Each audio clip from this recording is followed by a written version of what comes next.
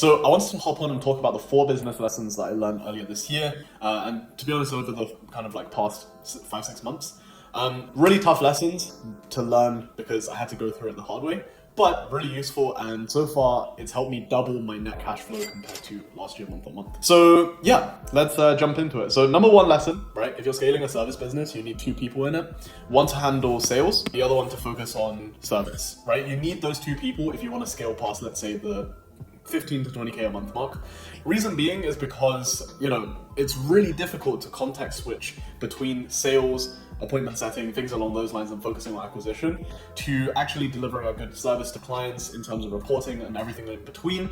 So you really need someone to focus on sales at one time and someone else to do service because of the context switching. Very difficult to scale, right? Now, this doesn't mean you necessarily need co-founders all the time. What you could do, and this is basically the approach that I'm taking, right, is I hire employees, but then I just ascend them to head of fulfillment roles where they're in charge of the service delivery branches, and eventually they progress to profit share, okay? You need to give them some sort of incentive or at least a piece of the pie in order for them to be incentivized and also for them to retain in your business, right? So you don't necessarily need co-founders, you only need someone dedicated to manage either sales or service. And most of the time, if you're a solo founder, I would recommend you be in charge of sales because sales is really the thing that's going to be driving revenue and driving the needle forward, right? Number 2, talent can either be acquired or it can be poached. So I didn't know where I heard this from, right? So I don't know who to give the credit to exactly. However, one of my friends / mentors or whatever, he did tell me that, to hire battery included, meaning to poach talent, so acquire people with already existing skills, place them in roles that they would already excel at. I did try that, but here's the pros and cons, kind of the things that I found, right?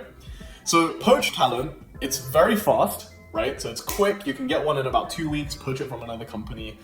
And sometimes it's actually necessary, right? For roles where you don't really know how it's supposed to be performed or what performing it at a high level looks like, then definitely I think poaching talent could be very, very useful. On the downside though, they are often unloyal. When I say unloyal, I don't mean like they're snakes or whatever. I just mean like they aren't really bought into the mission a lot of the time at the company. And also in terms of retention, so how long they stay, oftentimes they don't stay for very long, right? And a lot of the time, especially if you're like a smaller company, poaching talent, they have pretty poor retention because you don't really know how to provide like incentivization for them to level up within the organization, things along those lines, right? Another thing, it's generally higher cost, right? It's pretty expensive. You need to either go through like an HR firm or you hire like a freelancer who's doing HR to kind of like do this for you, or you do it yourself, right? But generally speaking, it's high cost either from a financial perspective or from a time perspective, right? When you're poaching talent. When it comes to developing talent, this is really cool, right? So when I heard about the whole battery included concept employees, I always thought, oh, that actually makes a lot of sense, right? But upon actually testing it, I actually found that developing talent is better in my opinion and from my experience because they are higher in terms of loyalty, so they'll stay with you, and lower in cost. Like they will take lower compensation just because they trust you and you've trained them and developed them into people as well. So generally speaking, it's lower cost. As well, you don't need to work with any HR firms, things along those lines. Cons, right? Takes a crap ton of time to train them up.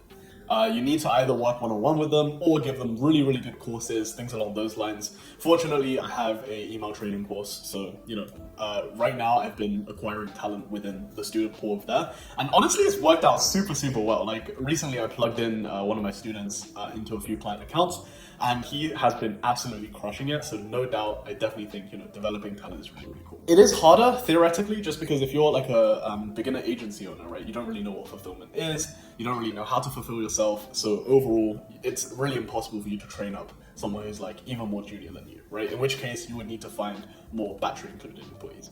Next is energy, right? So, developing talent is very energy draining. By the way, I just realized this says acquired, it actually should be developed, right? So yeah, training talent can be very energy draining. However, I do believe personally it's very worth it because you get to build skill equity within your team, but also you get to develop the relationship further. And that's the thing that really drives culture, right? So definitely early on in the year, I was leaning more towards poaching based on the advice I got. But after testing it, I found that developing talent in-house is actually much more effective. Next, money lesson, right? Or business principle, whatever. In business, especially service businesses, or when you're first starting out, you want to build cash flow, right? Cash flow is the only thing that pretty much matters. Cash flow. And you should follow what's called a money first principle. What I mean by money first principle is that, normally how service businesses are supposed to be run is that, you go out there, you make a sale, right? So money hits your account. As soon as that happens, you have a business, right? And then you provide value based on the amount of value that is being paid to you, right? So that's kind of how service businesses are supposed to be. And that's why a lot of people in courses, they teach you, sell the service first, find a contractor, deliver value, right? That's actually how the model is supposed to be run, because it's high cash flow and you should never be in a negative when it comes to running agencies, right? So, and also in any business in general, right? However, once someone finds a little bit of success, makes a little bit of money, right? They then think, and by the way, when I say they, I mean me, like I had this exact problem. When I think now to start a new business, I think, let me just throw some capital at it, right? To make it go faster. So what happens is you start thinking about all of the things you can spend money on in order to have a business, right? In order to provide potential value, in order to receive potential revenue. You see how there's question marks at the revenue signs and also the value signs, right? It's because a lot of people, when they have money and they're first starting a business, they look for ways to spend money, right? Without actually validating if whatever they are selling is actually valuable or not, right? And then also without validating whether people are willing to pay them money for it or not. So that's why in my latest series, where I'm actually starting a brand new agency, or like a new division within my own agency from zero, right? Which is helping influencers remove fake accounts and also take down their pirated courses, right? When I started that, and by the way, I'm vlogging this all on TikTok, so I'll get my video editor to pull up one of the episodes now. But very, very cool. I've managed to take it from zero to around $900 in monthly recurring revenue, and also 1.3K cash collected in less than 6 days. And I'm going to show you exactly the entire process for that. Also, I'm going to be putting live updates even before TikTok on my Discord channel, so link in the description below for that. People with money, especially with no business experience, tend to adopt this approach to business, and they often lose money just because what happens is they have, like, let's say 50K, right? They think, in order to start a business, I need a really good website, I need really good logo, I need all of this software, I need an office space, I need to hire employees, right?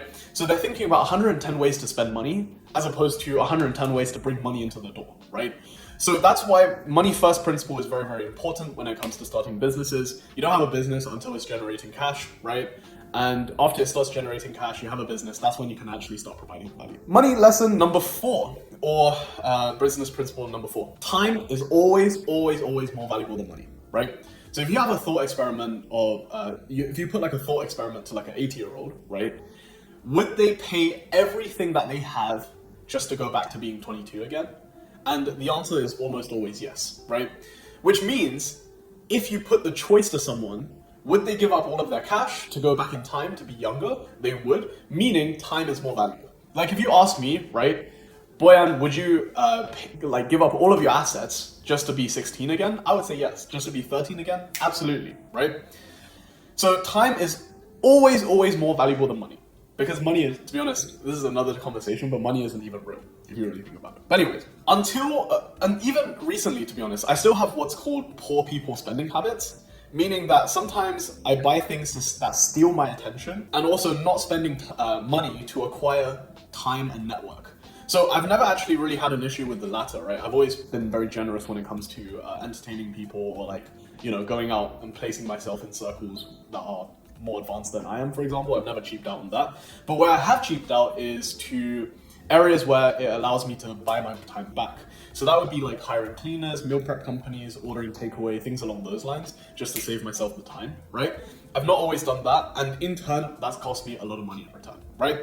So I had what's called poor people spending habits. I'm trying to get rid of it at the moment. I'd say I'm like 80-90% of the way there. But yeah, poor people spending habits. And obviously through the principle of inversion, right, or the mental model of inversion, you could just invert these two things, and you get what's known as rich people habits, right? Rich people like to spend money on things that buy them back time, and also buy them relationships with people who are more ahead of them, so that they can learn things along those lines and facilitate better relationships to be formulated through entertaining, things along those lines, right? And they often don't buy things that steal attention, which is why this year, if you look at all of my videos, I've worn the same outfit. I just buy the same clothes every day now. Except when I'm in Dubai. Obviously, if I'm in a really hot country, I'm not gonna wear all black, right? Anyways, so stop buying things that steal attention and only spend money on things that acquire you back your time and also explode your network. Money lesson number 4, or business principle number 5, sorry, not number 4, is that negative emotions is actually just a part of the human experience. So this is actually less related to money or business, but just more related to life. This is something that I've really learned over the last kind of like 2-3 months.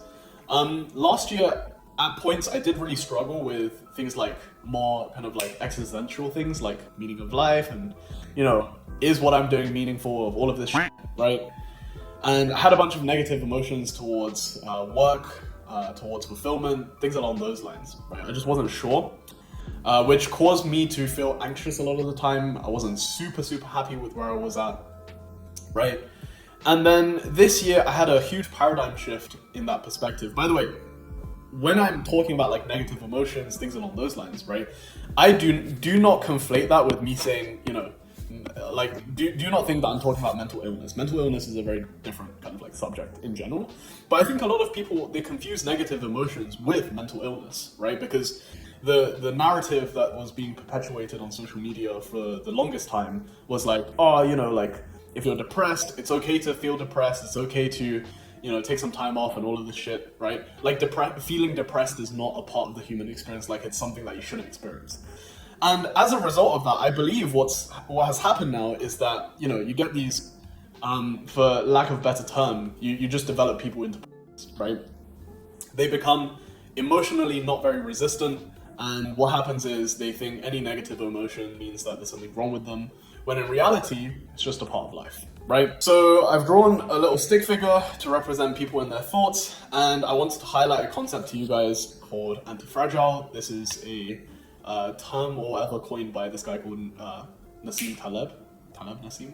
Anyways, really smart guy, right? And the whole concept of being anti-fragile is that the more stress that is applied to you as a system, as an entity, the more resistant and the more tougher you become, okay? And I think that's kind of how negative emotions work now, right? So my new paradigm is that whatever negative emotions I experience, so whether it be, you know, certain days I just don't really feel up to it, or I feel a little bit down, right? Unmotivated, uncertain, things along those lines. Whatever emotions I feel now, it's basically making me more and more anti-fragile. Because generally speaking, living things and biological systems are created to be anti-fragile. That's how evolution works, right? So whenever I experience these days where I'm just like, you know what, I just don't really feel like doing work today, or, you know, really chasing after it, I just see it as, look, it's just a negative emotion. There's no really any need to label anything past that, right? No need to place excess importance. Just get on with your fucking day, right? And honestly, having this like paradigm shift towards negative emotions just being a part of the human experience and you just need to get on with it regardless, has really helped my mental health to a great extent, right? So nowadays I just feel less anxious, less uncertain about the future, and more certain just being more present, right? So those are the 5 lessons that I've acquired over the past 5-6 months. I wanted to pass it on to you guys because, I don't know, I thought you know, you guys would learn something probably. Anyways, I'm starting a free Discord server where I provide community support, create people who are also kind of like-minded, and basically help everyone that's below me. I'm trying to get them elevated. I also try to bring on a bunch of my more successful friends than myself personally into that channel, giving a few talks or whatever. We have weekly calls in that channel where you guys get to ask questions to myself personally, just as a community thing, right? We're very active in it. I started this 3 days ago. We're at 170 members already. How crazy is that, right? So join up on that, and yeah, thank you guys for watching.